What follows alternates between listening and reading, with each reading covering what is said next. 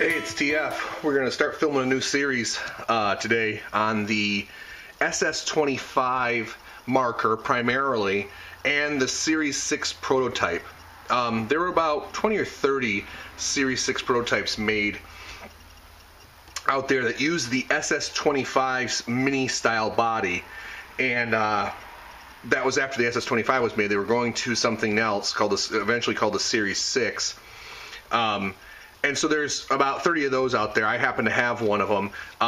The rest of them, though, there's a lot more of is the SS25. So this is primarily a video for the SS25, but they break down the same, so I'm using what I have. I linked you to two other videos prior to this in this playlist, which talks about taking apart the grip frame. On the SS25, you had a slim grip frames, but you know that that basically covers that, and also a regulator breakdown. We're going to set these aside then because we've already covered those, and we're going to cover the top tube in this video, taking off the pump and some other stuff, because the majority of what's different in this video is actually in the bottom tube. So we're going to take these bottom screws off. Another reminder that you have to have short screw in the back and longer screw in the front if you get two screws. These are actually some older screws that Chipley used to use. What they're using now is, and I'm grabbing a set, they're using just regular button head screws in the markers like this.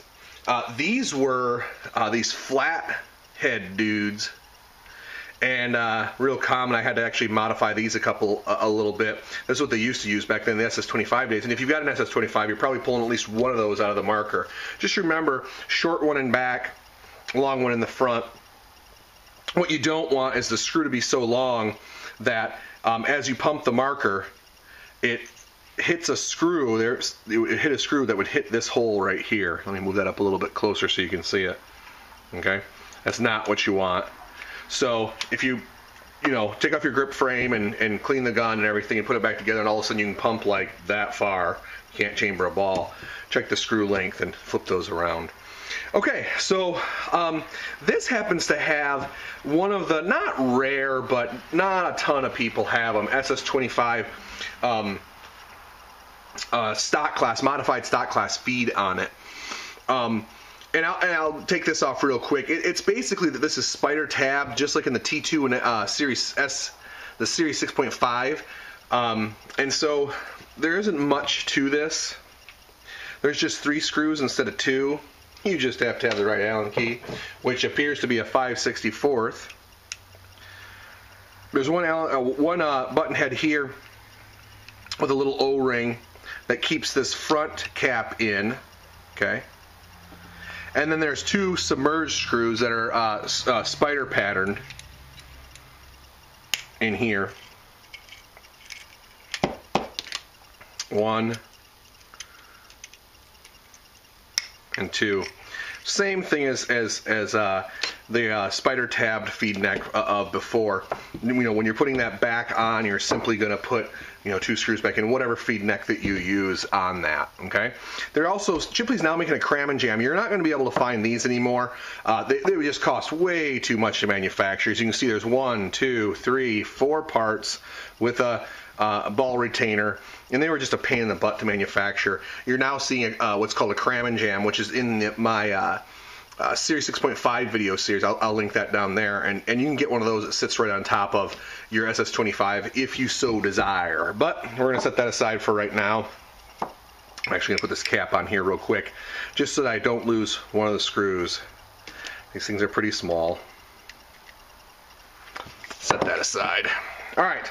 We're getting into the top tube now, and this is really similar to the Series 6. Again, this is a prototype of the Series 6, so it doesn't surprise me.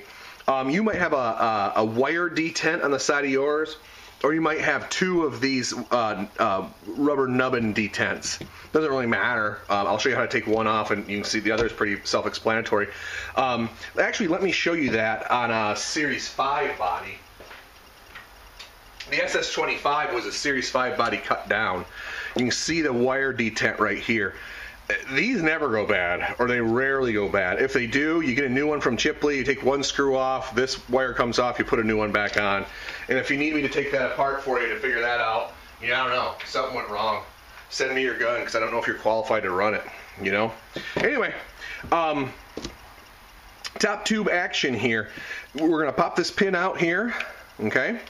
Simple Delrin pin, it comes out. Bolt comes out behind it, okay?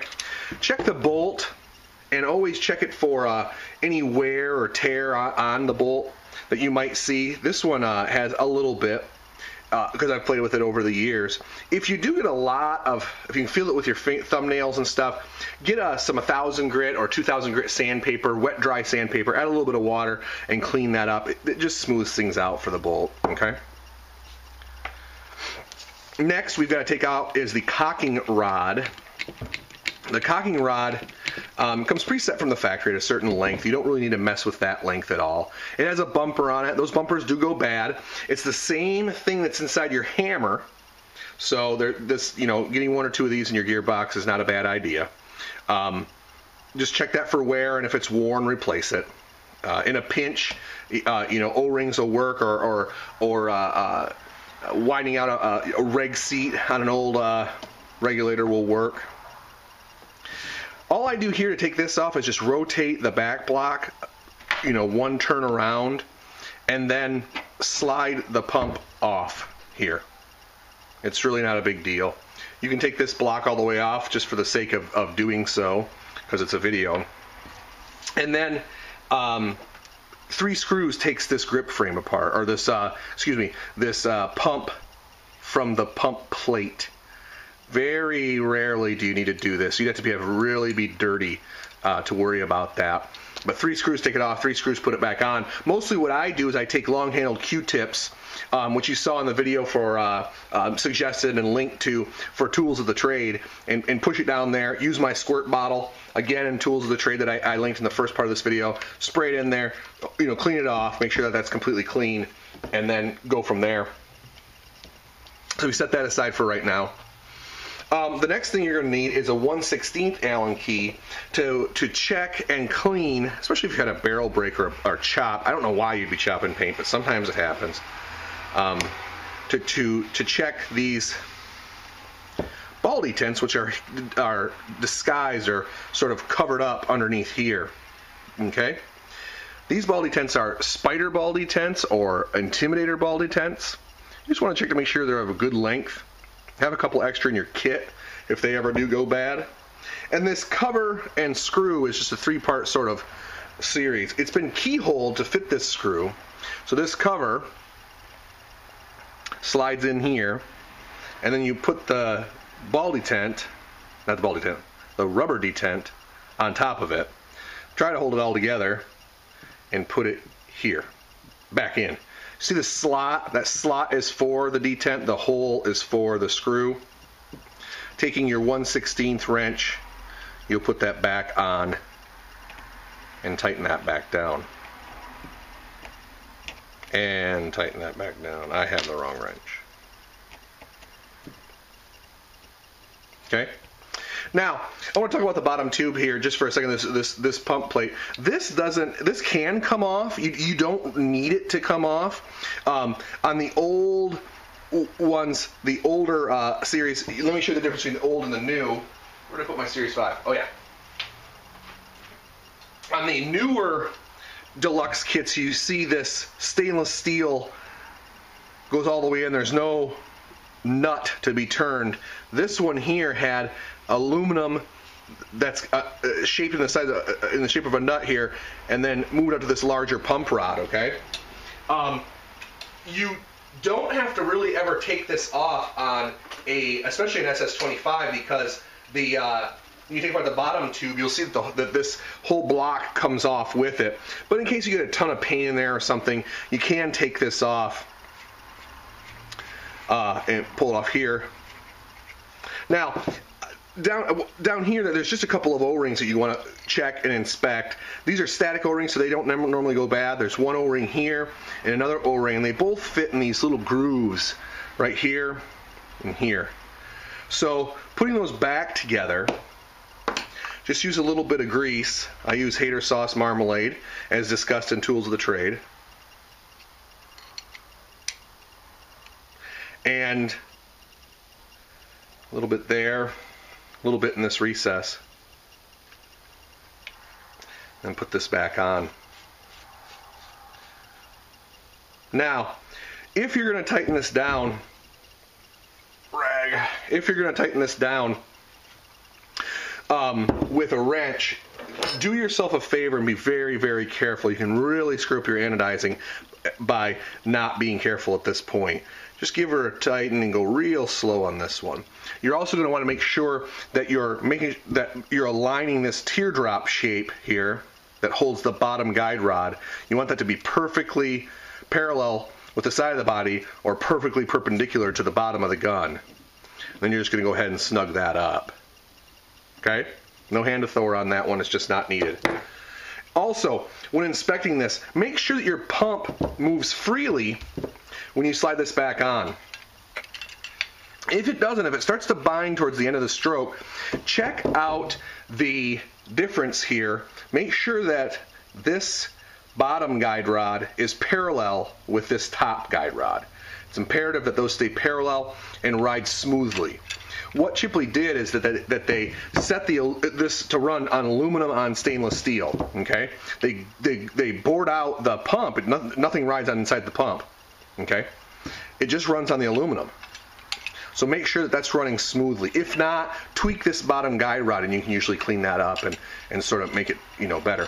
Also, when I take these two parts off and take them apart, I'm going to polish up this top guide rod and this bottom guide rod. I want everything as smooth as possible, okay? But let's reassemble now at this point. One of the things I'm going to do is I'm going to put the back block on before I put it on the gun. It's just easier that way. You almost just tighten that right down, almost. You want to reassemble it just the way we took it apart, just in reverse, of course. So you've got this turned 90 degrees, 180 degrees I should say. Slide it past, turn it back around, and put it back on. Next in goes the cocking rod. It screws into your hammer. Make sure it screws all the way in, should go right real close to the back block as you're looking at that gapping. If you only turn it a couple of screws, it's locked up on something in there. Back it off, try it again. Upon reassembly on this bolt, I'm going to add a little bit of tri-flow. That's just what I add to my bolts. That's in the Tools of the Trade video. Always ends up that I get a little bit too much on the bolt, which is kind of a good thing, because I wipe it off with my hand, and then I add some of it to these two rods here. Again, you want this to be, real loose, real lightly coated is what I want to say. So that's very smooth at that point. And then you're going to go ahead and put back on the feed neck, which, is pretty self-explanatory. 2 screws puts that back on, whatever feed neck that you're putting on. That's basically it for the top tube. The bottom tube is where there's some difference between the Series 5, Series 6 and the SS25 Series 6 prototype. We'll spend some more time on it there. So that's it for now. Check out the next video. Thanks.